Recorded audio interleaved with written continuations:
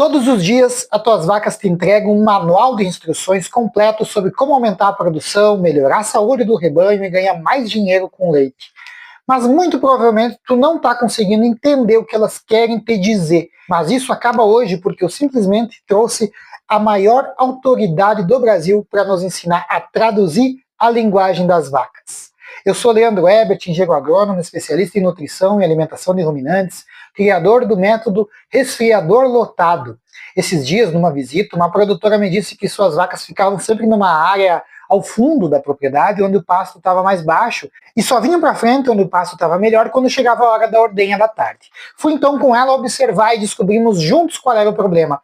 Isso me lembrou dessa conversa que eu tive com o professor Marcelo Cecim, que tu vai acompanhar agora. E no final do vídeo eu volto aqui para te contar o desfecho dessa história e uma lição prática que pode mudar o teu manejo.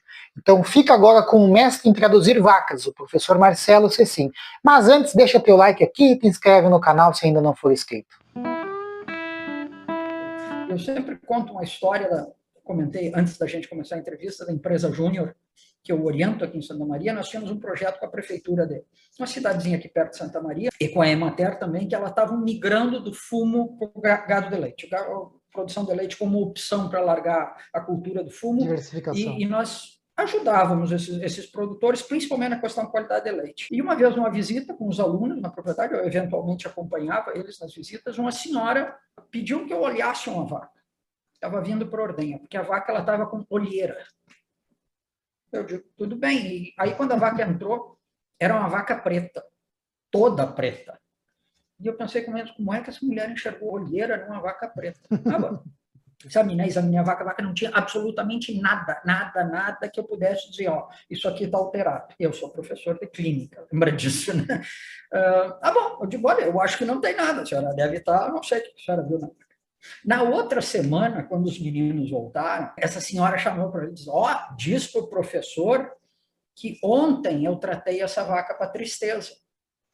Ou seja, ela viu 5 dias antes, só de olhar, só de conhecer a vaca, que alguma coisa estava diferente.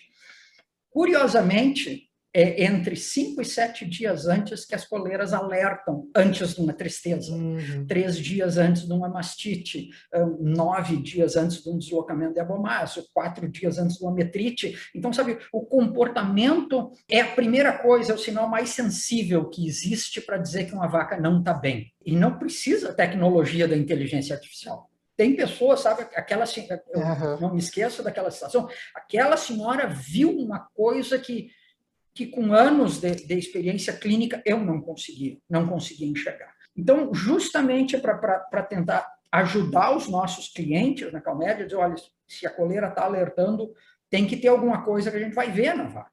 Que eu comecei a trabalhar e me dar conta que boa parte dos técnicos e a maioria dos produtores não usava ou não conhecia coisas como, por exemplo, score de enchimento ruminal, que é o quanto a vaca comeu nas últimas 8 a 12 horas, score de enchimento abdominal, score de higiene, score de claudicação, score de esfíncter, score de dor, expressões da vaca, coisas que as pessoas do antigamente, que conviviam diariamente com 4, 5, 6 vacas, enxergavam por convívio diário. E isso não precisa ser um instinto. Não, existem coisas, é óbvio que o instinto ajuda, mas existem coisas que nós podemos ensinar e as pessoas podem usar.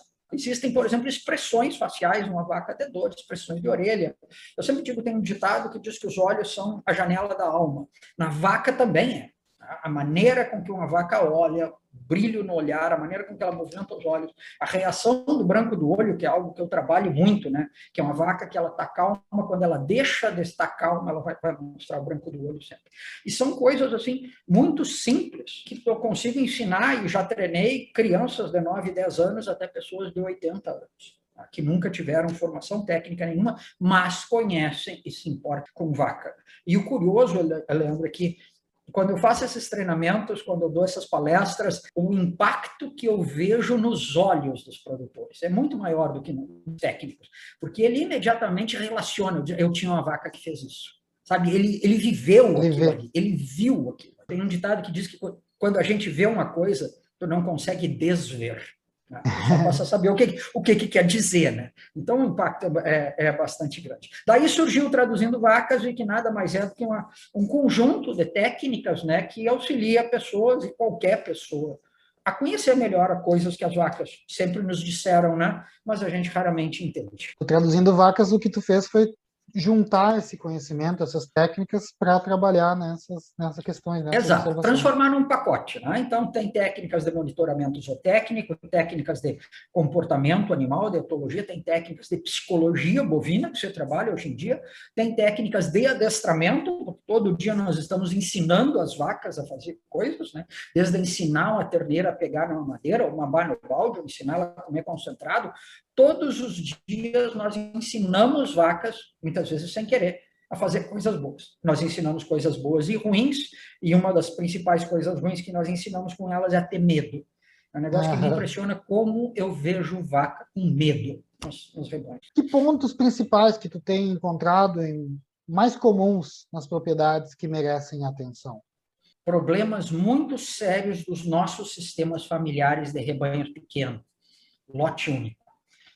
A vaca, ela na transição, ela se sente fragilizada. Primeiro porque ela é um animal presa, ela antes do parto ela não está caminhando direito, com aquele úbrio cheio, com relaxamento dos ligamentos de se preparar o parto, e principalmente nas primíparas, tá? E as outras vacas, vaca é um bicho muito covarde, viu? Que nem cachorro. Elas enxergam que uma está mal e elas vão lá impor ordem de dominância social, elas vão lá cabecear aquela coitada que está mal. Então, nesse momento, que não bastasse a vaca ser um animal presa, né? Que normalmente ele é um animal que tem medo na natureza, está se cuidando, mas ela tem medo das outras, não é só das pessoas. O que me chama atenção nisso aí? É eu chegar num freestyle, por exemplo, mesmo um freestyle pequeno, e eu ver vacas em pé na cama que não querem deitar, principalmente primíparas. E isso é um negócio muito tipo que ela está com medo e está se escondendo das outras, porque lá as outras não vão mexer com ela. O que essa vaca com medo, recém-parida, vai fazer? Ela não vai comer, ela vai sair da ordenha e não vai tomar água. 30% da água consumida por uma vaca durante o dia é consumida na saída da ordenha. 15% de manhã, 15% de tarde. Se tu soltou numa espinha, vamos dizer, 4 vacas ao mesmo tempo, e sair uma vaca grande junto, pode observar, é um lugar que elas adoram impor dominância, ela se atravessa no coxo da água. Aquela vaca mais jovem, menor, numa posição mais baixa na ordem da dominância social, ela não vai tomar água, porque ela está com medo da outra. Se ela não vai tomar água, ela vai comer menos quando chegar na linha de trato. E aí começa todo o problema. O medo é um negócio que está, sabe, me assusta nas vacas. Aquele rabo apertado no meio das pernas, aquela orelha tensa para trás, aquele olho regalado, aquela cabeça um pouquinho baixa. Isso muitas vezes é o início de um processo dela comer menos e com isso, é claro, dela baixar a imunidade e desenvolver alguma doença. Começa por ali, né? Daria para perceber antes e agir. Sim, sim. É importante que as pessoas reconheçam essas vacas que apanham das outras, principalmente quando elas são recém-paridas. E elas precisam ser protegidas, vamos dizer, das outras vacas ruins. Não adianta tirar as vacas ruins, porque alguma outra vai ocupar o lugar dela. A gente tem que se preocupar nesse momento, nesses primeiros 30 dias pós-parto, em proteger as vacas recém-paridas, porque ali iniciam todos os problemas. E isso é uma coisa que a maioria dos produtores entendem, né? A vaca que pariu e não arrancou comendo bem, ela tem muito mais chance de desenvolver algum problema. Professor, embalando, já que tu está falando desses problemas gerais que acontecem, que dica tu dá para os produtores que estão nos assistindo? Acreditem principalmente nos produtores mais antigos, tá? Aquela pessoa que cresceu no leite, que tem seus 50 anos ou mais. Acreditem naqueles pressentimentos que vocês têm. Acreditem naquele instinto, acreditem naquela coisa, essa vaca eu acho que não está bem hoje. Isso é verdade. Procurem se informar e reconhecer o que mais que eu posso aprender de olhar na vaca, porque eu vim a aprender que vocês estão certos, sabe? Que esse instinto, que essa coisa de quem cresceu em volta de vaca e tu sente que a vaca não está bem, isso é verdade, tá? E tem técnicas hoje que qualquer um pode aprender que vão te ajudar a entender se essa vaca está com dor se ela está com medo, se ela está desenvolvendo uma febre leve que vai terminar numa doença infecciosa, etc. Então, acredite naquilo tudo, porque pensem assim, uma coisa que eu sempre digo, ninguém conhece mais uma fazenda do que a vaca que mora lá dentro. Ninguém conhece mais essa vaca do que a pessoa que cuida dela.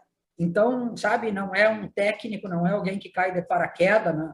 Não estou te ajudando, né, Leandro? Alguém que cai de paraquedas na propriedade que vai, de fato, conhecer a vaca. Não, é o cara que está lá todo dia com ela, sabe? E isso tem que ser valorizado. Essas pessoas, elas têm que ser capacitadas para saber o que aquilo quer dizer, porque elas enxergam o que ninguém mais consegue enxergar. Me ajuda sim, professor, porque é muito mais fácil trabalhar com um produtor desse, que conhece suas vacas, que sabe dizer as coisas, do que quando depende da gente que não está lá todos os dias, né? Sabe que com todo esse processo de tecnificação e coisas modernas, o produtor fica procurando respostas na internet, em livro, em técnicos, em alguma coisa, com vizinhos, com seja lá quem for. E ele esquece de procurar com as vacas dele.